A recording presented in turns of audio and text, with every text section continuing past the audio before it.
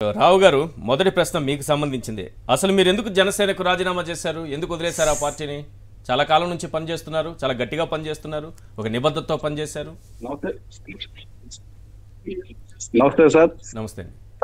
సాక్షి TV వీక్షకులకి, ఈ కార్యక్రమంలో పాల్గొంటున్న పెద్దలు విజయబాబు గారికి, అదే విధంగా లక్ష్మీభారతి గారికి, సాక్షి టీవీ ప్రేక్షకులందరికీ కూడా హృదయపూర్వక నమస్కారాలు, అదే విధంగా రంజాన్ శుభాకాంక్షలు.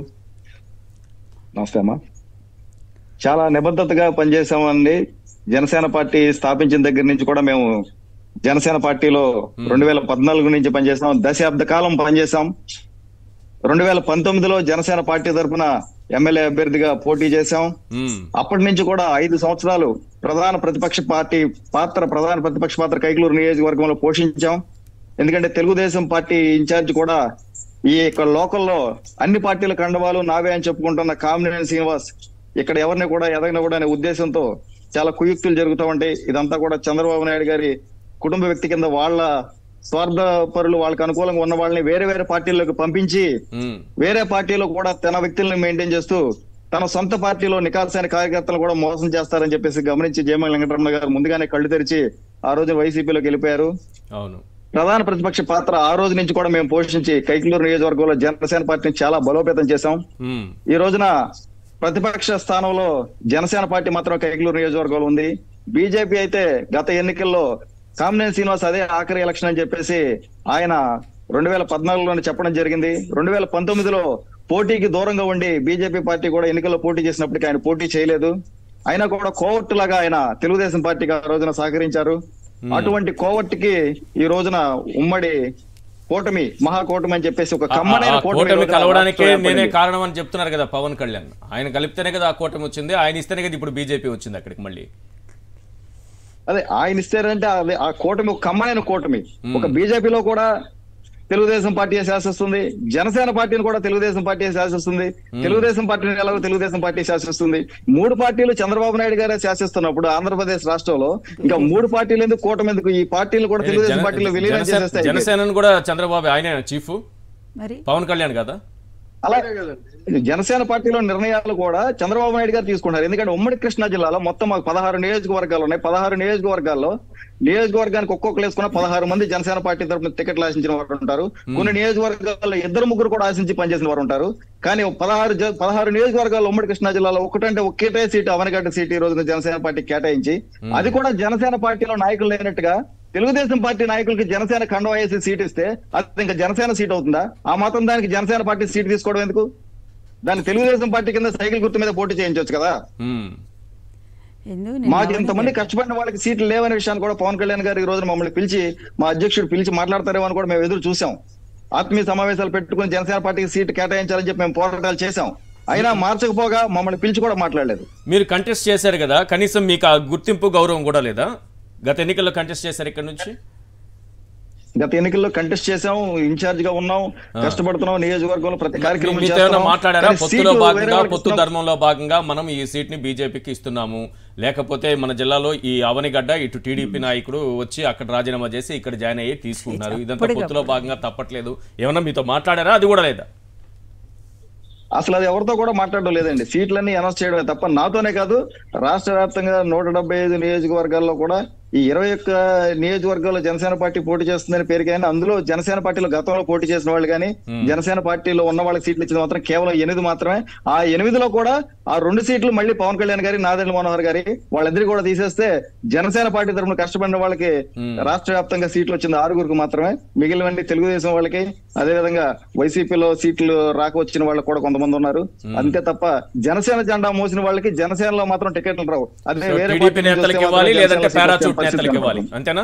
టీడీపీ నాయకులు అక్కడ రిజైన్ చేసి ఇక్కడ చేరితే వాళ్ళకి ఇవ్వాలి, లేదంటే పారాచూట్ నేతలు అప్పటికప్పుడు వచ్చిన వాళ్ళు, అప్పటికప్పుడు బ్యాగులతో వచ్చిన వాళ్ళు పారాషూట్ నేతలే. మరి మీరు ఎందుకు పవన్ కళ్యాణ్ కలవలేదు? మీ అసంతృప్తి ఏదైనా ఆయనకి చెప్పాలి కదా. అసలు కలిస్తే అది ఆయన అసలు ఎవరిని కలవడానికి ఆయన ఇప్పుడు పిఠాపురంలోనే ఉండి పిఠాపురంలో గెలిస్తే చాలన్న దృష్టికి చంద్రబాబు నాయుడు గారు ఆయన తీసుకొచ్చారు. కేవలం కనీసం ఎమ్మెల్యేగా గెలిస్తే చాలన్న స్థితికి చంద్రబాబు నాయుడు గారు ఆయన భయభ్రాంతులకు గురి చేసి కనీసం ఆయన కూడా ఎమ్మెల్యేగా గెలవలేనని ఒక భయాన్ని, ఆయనకు ఫోబియాని క్రియేట్ చేసి పిఠాపురంలో ఈయన్ని తెనాల్లో నాదెండ్ల మనోహర్ గారిని కూర్చోబెట్టేసి రాష్ట్ర వ్యాప్తంగా జనసేన పార్టీ గురించి అసలు వీళ్ళు పట్టించుకునే విధంగా క్రియేట్ చేశారు. మొన్న 5వ తారీఖున కూడా ఏలూరు పార్లమెంట్ రివ్యూ పెట్టి చంద్రబాబు నాయుడు గారు మాట్లాడుతున్నారు నాతోను, కామినేని శ్రీనివాస్ గారితో. చంద్రబాబు నాయుడు గారు మాట్లాడారు కానీ మా అధ్యక్షులు కానీ, మా పార్టీ వారు కానీ, మా పొలిటికల్ అఫైర్స్ చైర్మన్ కానీ, జనసేన పార్టీ నాయకులు ఎవరితో మాట్లాడలేదు. ఆయన ఏం చెప్తారు, ఆ రోజున రివ్యూకి 5వ తారీఖు వెళ్ళిన తర్వాత నాకు చాలా స్పష్టంగా అర్థమైంది చంద్రబాబు నాయుడు గారి వైఖరి. ఎందుకంటే ఈ పొత్తును కూడా తూట్లు పొడుస్తున్నాడు ఆయన. అనపర్తి నియోజకవర్గానికి భారతీయ జనతా పార్టీకి సీటు కేటాయించడం జరిగింది ఉమ్మడి పొత్తులో. కానీ అక్కడ తెలుగుదేశం పార్టీ తరఫున రెబల్ గా అనమిల్లి రామకృష్ణారెడ్డి గారు ఒక ఆయన తెలుగుదేశం పార్టీ తరఫున తిరుగుతూ ఉన్నారు. ఆయన రెబల్ గా బీజేపీకి సీట్ కేటాయించారు. ఆ వ్యక్తి ఆ రోజు చంద్రబాబు నాయుడు గారి దగ్గరికి వచ్చి దండం పెట్టుకుని ఆశీస్సులు తీసుకుని మరి వెళ్ళాడు. అది ఎంత నాకు అంటే పొత్తు ధర్మాన్ని పవన్ కళ్యాణ్ గారు పాటించాలి, పొత్తు ధర్మాన్ని బీజేపీ పాటించాలి, అంటే పొత్తు ధర్మాన్ని చంద్రబాబు నాయుడు గారు పాటించట్లా. అంటే కావాలని ఆయన తెలుగుదేశం పార్టీ తరఫున రెబల్ గా ఆయనే పోటీ చేపిస్తూ ఆయన ఆశీస్సులు ఇచ్చి నువ్వు వెళ్ళి పోటీ చేయని చెప్పి అక్కడికి పంపిస్తున్నాడు. వేరే పార్టీలు సీట్లు ఇచ్చిన చోట కూడా ఈయన గెలవకూడదని డిసైడ్ అయ్యాడు. ఏంటి ఇప్పుడు పిఠాపురం పరిస్థితి? ఆ పార్టీ నాయకులు కదా మొన్నటి వరకు కూడా. మీరు ఎలా ఉంది పిఠాపురం పరిస్థితి, ఎలా ఉంది చెప్పండి? పిఠాపురం పరిస్థితి కూడా మాకు ఇక్కడ సమీక్ష మాకున్న సమాచారం ప్రకారం పవన్ కళ్యాణ్ గారు గతంలో భీమవరంలో పోటీ చేశారు, గాజువాకలో పోటీ చేశారు. 2 నియోజకవర్గాలు ఆయన ఓటమి చెందారు కాబట్టి ఖచ్చితంగా మళ్ళీ పోటీ చేస్తే ఓటమి చెందుతామని భయభ్రాంతులకు గురి చేసి ఆయన భీమవరం నుంచి గాజువాక నుంచి చంద్రబాబు నాయుడు గారు బెంబేలెత్తి భయపెట్టి పారిపోయేలాగా ఆయన కేవలం వ్యూహం పన్నారు. అదే విధంగా ఇప్పుడు పిఠాపురంలో ఈయన ఉంటే అక్కడ వర్మ గారు కానీ తెలుగుదేశం నాయకులు కానీ పిఠాపురంలో కనుక పవన్ కళ్యాణ్ గారు గెలిస్తే ఇంకా పిఠాపురం ఉండిపోతాడు కాబట్టి మళ్ళీ మనకి తెలుగుదేశానికి అవకాశం ఉండదు. పిఠాపురంలో మనం వాడగొడితే భీమవరం నుంచి గాజువాక నుంచి వెళ్ళిపోయినట్టుగా మళ్ళీ పిఠాపురం నుంచి కూడా వెళ్ళిపోతారు అనే ఉద్దేశంతో అండర్ గ్రౌండ్ లో పవన్ కళ్యాణ్ గారిని ఓడించడానికి మాత్రమే పనిచేస్తున్నారు అనేది మాకున్న సమాచారం. ఏంటి టీడీపీ నాయకులే పనిచేస్తున్నారా, చంద్రబాబే పనిచేస్తున్నారా? వర్మ చేతులు కలిపారు, నా పవన్ కళ్యాణ్ అన్న బయట మీరు మాట్లాడింది మీరు వినే ఉంటారు, నా గెలుపు బాధ్యతను వర్మ చేతుల్లో పెడుతున్నానని. కానీ నిజానికి ఒక నాయకుడు అనే వ్యక్తి తన గెలుపును కాదు తనను నమ్ముకున్న వారిని కూడా గెలిపించాలి. అలాంటి నాయకుడు ఈయన పవన్ కళ్యాణ్ ఒక పార్టీ అధ్యక్షుడు అయ్యుండి నా గెలుపును ఆయన చేతుల్లో పెడుతున్నాను అన్నారంటే అక్కడ పరిస్థితి ఏంటో కొంతవరకు అర్థం చేసుకోగలం. కానీ చంద్రబాబు, వర్మ వీళ్ళందరూ కలిసి పనిచేయరా ఈయన గెలుపు కోసం? చంద్రబాబు వర్మ కలిసి పనిచేస్తారు ఈయన ఓటమి కోసం. రివర్స్ లో చెప్తున్నారే. ఖచ్చితంగా ఎందుకంటే అక్కడ పవన్ కళ్యాణ్ గారిని ఇప్పటికే భయభ్రాంతులకు గురి చేసి జనసేన ఉనికి లేదు, రాష్ట్రంలో జనసేన అనేది లేదు, మీరు 21 సీట్లకు మాత్రమే పరిమితం అవ్వాలని చేసి ఆ 21 సీట్లలో కూడా మీకు బలమైన అభ్యర్థులు లేరని తెలుగుదేశం అభ్యర్థులను వాళ్ళు కేటాయిస్తున్నప్పుడు ఎక్కడైతే ఇప్పుడు అక్కడ వర్మ గారు కూడా పిఠాపురంలో ఆయన కంచుకోటగా ఏర్పాటు చేసుకుని ఎన్నాళ్ళ నుంచో పిఠాపురంలో ఆయన పనిచేసుకుంటూ ఉన్న వ్యక్తి. ఆయన ఒకసారి గెలిచినా ఒకసారి ఓడిపోయినా ఆయన వ్యూహం ఏంటంటే ఖచ్చితంగా ఇప్పుడు కనుక పవన్ కళ్యాణ్ గారు గెలిస్తే ఆయన చంద్రబాబు నాయుడు గారు కుప్పం ఎలాగో మన జగన్మోహన్ రెడ్డి గారికి పులివెందులు ఎలాగో ఖచ్చితంగా ఈయన పిఠాపురాన్ని చేసుకుంటారని చెప్తున్నాడు. అలా చేసుకుంటే వీళ్ళ రాజకీయ భవిష్యత్తు ఏమవుతుంది? వర్మ గారికి పిఠాపురం ఆయన పిఠాపురంలో మొదటి నుంచి ఉన్న వ్యక్తి. ఖచ్చితంగా ఆయన అందుకనే భీమవరం నుంచి గాజువాక నుంచి పవన్ కళ్యాణ్ గారు ఎలాగైతే వెళ్ళిపోయారో పిఠాపురంలో ఓడిపోతే పిఠాపురం నుంచి వెళ్ళిపోతారు, తర్వాత 2029 కన్నా పిఠాపురంలో వర్మ గారు ఉంటారని ఆలోచనతో ఆయన పనిచేస్తా ఉన్నారు. ఇప్పుడు వర్మ చేతులు కలపడము, ఆ పార్టీ నాయకులు సపోర్ట్ డెఫినెట్ గా ఉంటుందని చెప్పడము, ఇదంతా పైకి కనిపించే అంటే మనకు కనిపించే నిజమైన దృశ్యాలు కాదు, లోపల ఏదో జరుగుతోందని అనుకోవాలి. అప్పుడు ఖచ్చితంగా తెలుగుదేశం యొక్క రాజకీయాలు ఎలా ఉంటే నేను మీకు ఉదాహరణ చెప్పాను, అక్కడ మీరు అంతగా గమనించినట్లేరు. అనపర్తి నియోజకవర్గానికి భారతీయ జనతా పార్టీ అభ్యర్థిని ప్రకటించారు ఉమ్మడి కూటమి అభ్యర్థిగా. కానీ అక్కడ తెలుగుదేశం రెబల్ వ్యక్తి ఒక అతను అనమిల్లి రామకృష్ణారెడ్డి గారు అక్కడ ప్రచారం చేసుకుంటూ తిరుగుతున్నారు.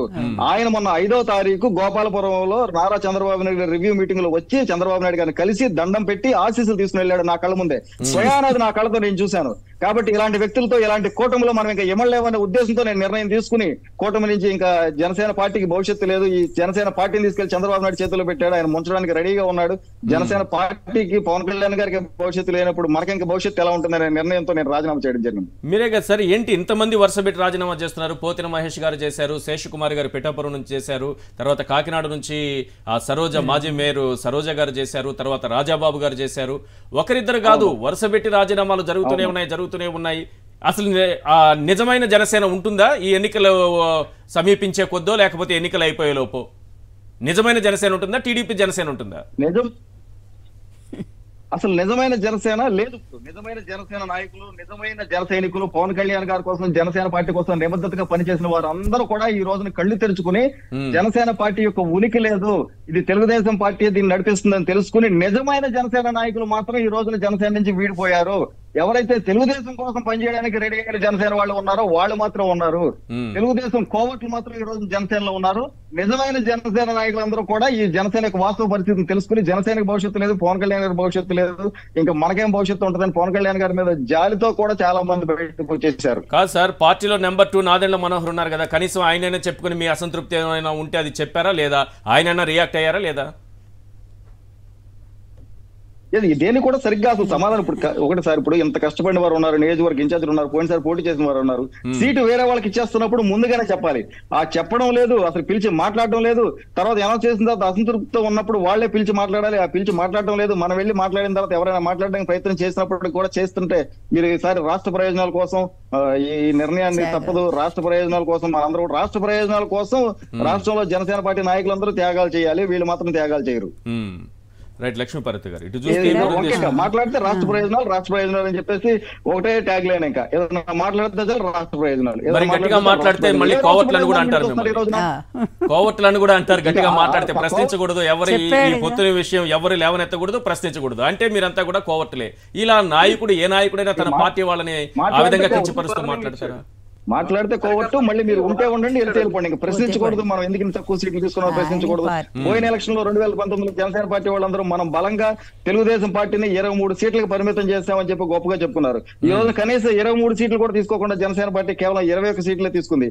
21 సీట్లతో జనసేన పార్టీ అధ్యక్షులు పవన్ కళ్యాణ్ గారు బహిరంగ సభలు మాడుతుంటే మేమందరం కూడా ఉర్రూతులకు పోయి జగన్ నిన్న అధపాతాలను తొక్కేస్తానంటే 151 సీట్లు గెలిచిన వైసీపీని 21 సీట్లతో మనం ఎలా అధపాతాలను తొక్కేస్తామో మాకే అర్థం కాని పరిస్థితి.